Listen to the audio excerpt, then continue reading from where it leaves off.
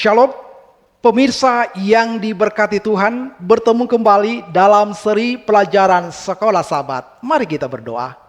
Bapa kami yang penuh kasih yang bersemayam dalam kerajaan surga, kami bersyukur kepadamu ya Tuhan, atas berkat perlindungan Tuhan di dalam kehidupan kami. Sehingga saat ini kami akan membuka hati kami, mendengarkan siraman melalui firman Tuhan. Biarlah kuasa Roh Kudus-Mu menolong kami, agar firman yang kami akan dengarkan saat ini dapat menolong kami untuk hidup selalu di dalam kebenaran Tuhan. Terima kasih Bapa di sorga, ampuni dosa kami. Di dalam nama Yesus kami berdoa. Amin. Saudaraku, pelajaran Sekolah Sabat hari Selasa tanggal 30 Mei 2023, judulnya sangat menarik. Babel, pusat penyembahan matahari. Penyembahan matahari menonjol di Mesir, di Asyur, Persia, dan tentu saja Babel. Dalam bukunya The Worship of Nature, James G. Fraser membuat pengamatan ini. Di Babilonia kuno, matahari disembah sejak zaman kuno.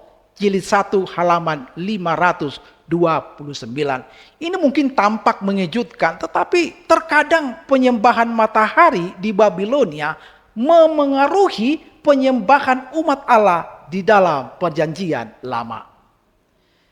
Bacalah Yehezkiel 8 ayat 16 dan 2 Raja-Raja 23 ayat 5 dan 11. Dalam Yehezkiel 8 ayat 16, kemudian dibawanya aku ke pelataran dalam rumah Tuhan, sungguh dekat jalan masuk ke bait Tuhan. Di antara bait suci dan mezbah ada kira-kira 25 orang laki-laki yang membelakangi bait Tuhan dan menghadap ke sebelah timur sambil sujud pada matahari di sebelah timur. 2 Raja-Raja 23 ayat 5 dan 11. Ia memberhentikan para imam dewa asing yang telah diangkat oleh Raja-Raja Yehuda untuk membawa korban di bukit pengorbanan di kota-kota Yehuda dan di sekitar Yerusalem. Juga orang-orang yang membakar korban untuk Baal. Untuk dewa matahari, untuk dewa bulan, untuk rasi-rasi bintang, dan untuk segenap tentara langit. Yang ayat 11-nya, dibuangnyalah kuda-kuda yang ditaruh oleh raja-raja Yehuda untuk dewa matahari di pintu masuk ke rumah Tuhan. Dekat bilik Natan, Melek, pegawai istana yang tinggal di gedung samping, juga kereta-kereta dewa matahari dibakarnya dengan api. Apa yang para nabi tulis tentang pengaruh penyembahan matahari di Israel dan Yehuda? Saudara bisa lihat juga dalam Roma 1 ayat 25. Dalam Roma 1 ayat 25 dikatakan, sebab mereka menggantikan kebenaran Allah dengan dusta dan memuja dan menyembah makhluk dengan melupakan penciptanya yang harus dipuji selama-lamanya. Amin. Nabi Yehezkiel sejaman dengan Daniel menggambarkan beberapa umat Allah dengan membelakangi bait Allah, menyembah matahari ke arah timur. Bukannya menyembah sang pencipta matahari, mereka malah menyembah matahari. Dalam Wahyu 17, Yohanes menggambarkan suatu waktu ketika prinsip-prinsip Babel, termasuk penyembahan matahari, akan memasuki gereja Kristen selama zaman kompromi. Pertobatan sepintas lalu dari Konstantin pada awal abad keempat menyebabkan kegembiraan besar dalam kekaisaran Romawi.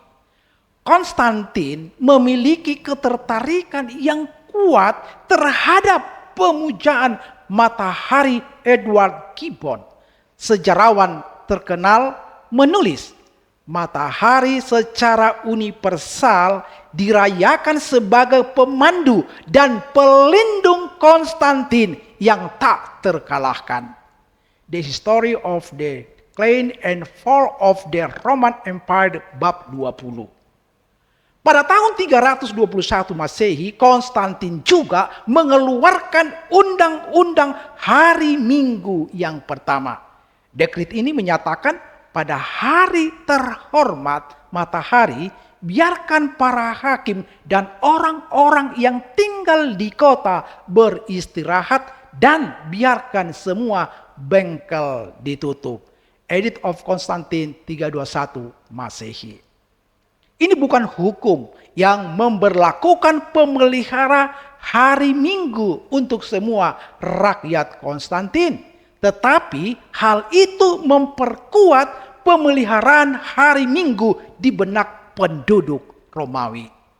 Dalam dekade-dekade berikutnya, para kaisar dan paus melanjutkan melalui dekret negara dan dewan gereja untuk menetapkan hari Minggu sebagai hari ibadat tunggal yang tetap sampai sekarang ini juga bagi sebagian besar orang Kristen. Benar-benar contoh yang kuat dari kebenaran yang pahit yang hanya karena mayoritas orang.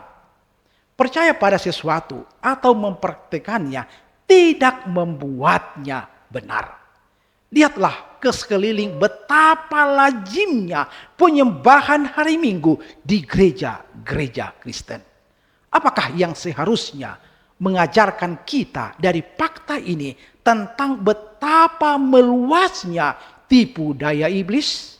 Sekali lagi, seperti keadaan orang mati, apakah satu-satunya perlindungan kita? Tuhan memberkati kita. Amin. Kita berdoa. Terima kasih Bapa di sorga. Kembali kami Tuhan disegarkan oleh firman-Mu. Bagaimana kami diingatkan betapa kami harus lebih bersungguh-sungguh menyelidiki akan firman Tuhan. Pemeliharaan hari Minggu telah merajalela di dunia kekristenan. Yang seharusnya kebenaran firman Tuhan, kami umat-umat-Mu harus memelihara Sabat-Mu. Tuhan bantu kami agar kami boleh teliti dan mempelajari firman-Mu, agar kami tidak tertipu oleh situasi zaman sekarang, bahkan tertipu oleh godaan setan. Hanya kekuatan dari Tuhan melalui Roh Kudus-Mu yang dapat menolong kami untuk tetap bertahan di dalam kebenaran Tuhan. Terima kasih oleh karena kebaikan Tuhan. Kami serahkan seluruh kehidupan kami di tangan-Mu sepanjang hari ini. Berkenanlah Engkau memberkati kami, karena kami berdoa di dalam nama Yesus yang menjadi Tuhan dan Juru Selamat kami. Amin.